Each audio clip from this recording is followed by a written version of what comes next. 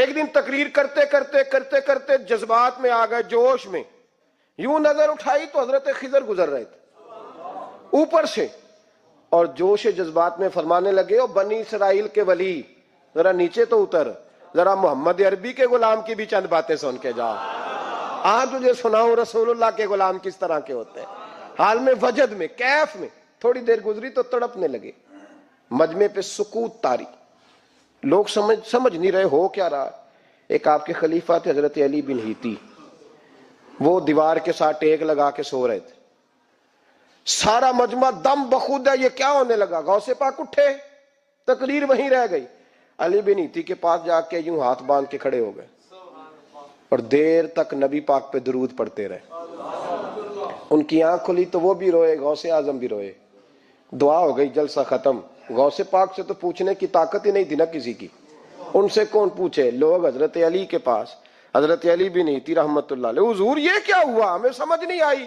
آپ فرمانے لگے، تمہیں کیا بتاؤں، تم کسی معمولی پیر کے ماننے والے نہیں ہو، میں آج غوث اعظم کی محفل میں بیٹھے بیٹھے ہی مدینے پہنچ گیا ہوں اور مجھے رسول اللہ کے جلوے نظر آنے لگے ہیں، اور میرے شیخ کا کمال دیکھو، جو میں خواب میں دیکھ رہا تھا عبد القادر ظاہری آنکھوں سے نظر فرما رہے ہیں، ظاہری آنکھوں سے، عالم وجد میں، کیف میں، سرور میں